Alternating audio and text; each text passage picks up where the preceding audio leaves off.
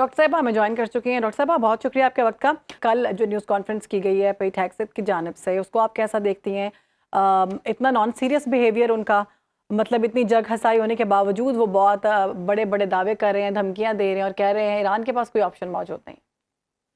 वो शहर Bano kabuki theatre है, कभी आपने देखा हो, इत्तेफाक हुआ हो तो उसमें यही होता है कि जब आप जो है ना लोगों को हंसाने की कोशिश करते हैं तो फिर अब लोगों पे है वो हंसेंगे कि नहीं हंसेंगे। हम इस वक्त हंसने के मूड में नहीं है, तो हमें हंसी आ नहीं रही है क्योंकि इसमें कोई इंजॉयमेंट है नहीं लाशें उठाने में और ये बर्बरियत देखने में। वो अपनी डोमेस्टिक पॉपुलेशन को कूल डाउन करने के लिए कर रहे हैं।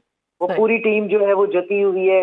ईरान की फतह को तो आप नहीं रोक सकते ना, ये तो दुनिया देख रही है कि आपका पर्पस था कि आपने अपनी मिलिट्री माइट जो है वो ईरान को दिखानी है और दुनिया को दिखानी है रादर। तो वो तो दुनिया ने देख लिया कि आपके पास नहीं है, आप बुरी तरह से एक्सपोज हो गए। अब उस एक्सपोज होने को आप डोमेस्टिकली ट्रंप के मिड टर्म तक कैसे डाइजेस्ट करवाने वाले हैं, उसके लिए कभी आप ट्रंप आके कहते हैं कि मुझे कह रहे हैं ईरानी आप आयतुल्ला बन जाइए, मैंने कहा नो थैंक यू। और कभी जो है वो पीट हेगसेथ कहता है कि जी हम तो बॉम्ब से जो है ना वो निगोशिएशन करते हैं, और कभी कहता है कि हमारे पास ईरान पे हमला करने के ग्राउंड फोर्सेस भेजने के 15 तरीके हैं, इससे ज्यादा भी हो सकते हैं। और ये तरीके हमने इसलिए छुपा के रखे हुए हैं कि हमारा दुश्मन ये सोचता रहे। दुश्मन को सोचने की क्या जरूरत है, वो तो पिछले 20 साल से तैयार होके बैठा हुआ है।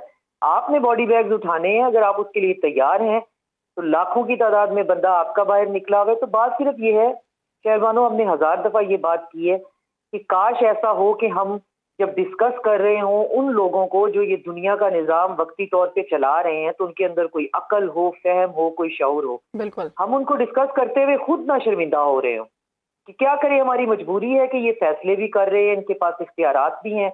और ये एप्स्टीन क्लास जो है ये हमारे सरों पे इस तरह से मुसल्लत हो गई है कि इनको ना बात करने की तमीज है, ना इनको किसी मरे हुए बंदे की हया है, ना किसी जिंदा की है। इनको किसी चीज का कोई है ही नहीं कि आपने बात सलीके से करनी कैसे है। ना ये किसी छोटे की इनको शर्म है, ना बड़े की है। ये बॉम्ब से ये निगोशिएशन करते हैं, मरने वाले बच्चों को ये कलेक्टरल डैमेज कहते हैं, अपने सोल्जर्स को, जवान लड़कों को ये बूट्स ऑन द ग्राउंड कहते हैं। इनकी क्या मोरालिटी है? ये सारे बिके हुए लोग हैं, अब पता नहीं किस चीज में कंप्रोमाइज हैं।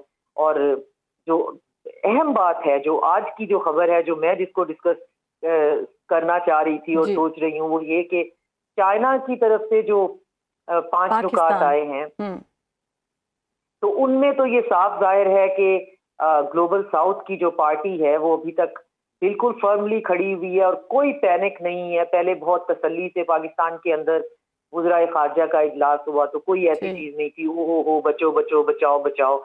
सब जो है वो तसल्ली से इस चीज को सिस्टमेटिकली ठीक करना चाहते हैं। और चाइना की तरफ से भी जो बयानात, जो 5 पॉइंट्स आए हैं वो ऐसे हैं कि मेरा नहीं ख्याल वो ईरान उनको मान सकता है। तो उनमें से 3-4 ऐसे हैं जो ईरान को जो है वो बराह रास्त उसको ईरान उससे बात करना चाहेगा। उसको प्रॉब्लम होगा तो चाइना ने वो दिए ही इसलिए है कि थोड़ी सी मार इनको और पड़े, जितनी पड़ गई है तो इनको और मार पड़े। अभी मतलब ये है कि बड़े भाई का जंग खत्म करने का मूड नहीं है। बिल्कुल जंग अगर अब खत्म नहीं होती तो ये और मार खाएंगे और जो है वो दुनिया के सामने एक्सपोज होंगे। बिल्कुल, और दुनिया के सामने डॉक्टर साहब एक्सपोज हो चुके हैं।